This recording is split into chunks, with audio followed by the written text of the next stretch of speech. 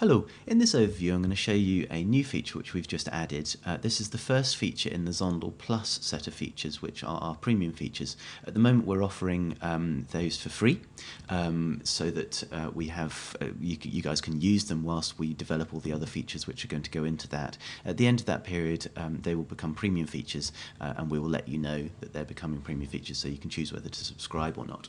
So I'm just going to show you this first feature in the Zondle Plus range.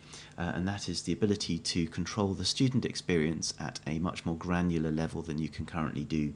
So I'm going to go into Manage School here, and you'll notice on the right hand side when my school loads up. By the way, this is a local version of Zondle, so some of the names are a bit funny in here. So we've got school settings, and then you'll notice anything that's a Zondle Plus feature, anything that's a premium feature, comes up in this purple colour. So we've got School Settings Plus and then School Settings as two different buttons. The School Settings is the one you've always had. School Settings Plus is the new one, and if I click on that, that brings up this window here. Now you'll notice we've got just a message here saying about how this is a premium feature and it's available for a limited period only, and that's what I was talking about just now. But below it are the actual features themselves. So we've got two sections here. We've got features and games. And the idea is that in the features section, you're turning on or off Zondle features for the students, so that you can control their experience. So the first one here, for example, is preview questions and answers. This has always been a very controversial one. We've often had the request to be able to switch those off, so that's now there. Copy other users' topics, create topics, view friends' topics. So those are some general controls. And then we've got some to do with the account. So, for example, you can remove their option to update their username, their name, or their password. That's helpful if you want to make sure that they don't muck up their logins and things, and if you want to keep a list of logins yourself which are always up to date. Then you've got general features, so that whether they can view their own progress, whether they can view leaderboards, whether they can use folders to organise their content, whether they can redeem teacher goodies, whether they can view badges that you've set them, and whether they can see the marketplace as well.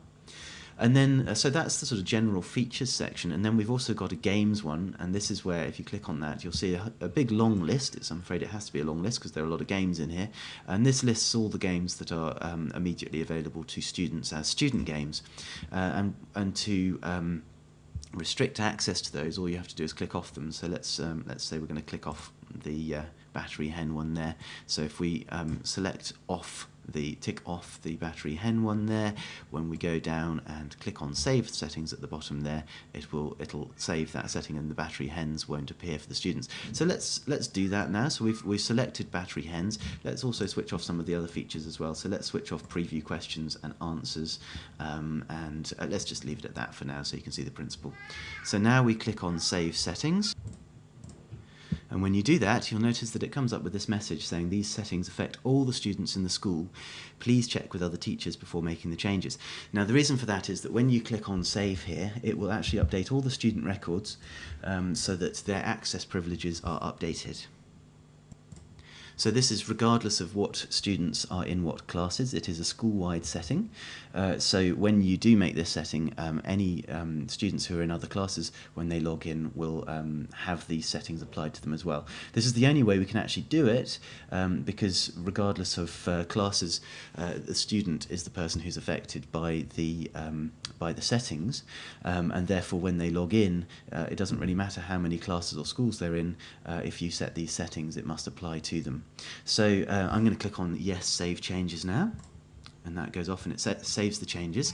And then if I close this window down now, and if I go and find one of my students and log in as them, they're just testing students these, and if I log in as that student now, you'll see that now when I click on one of these topic names here, you don't have the option to view the questions at all in that list, and if you tried to do that from this area here, it says you don't have permission to view the resource, so that's restricting that element of it.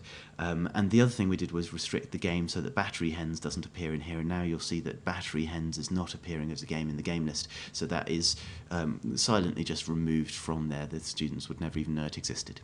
So that is how you can use the School Settings Plus, and we hope that's useful. Thank you very much indeed.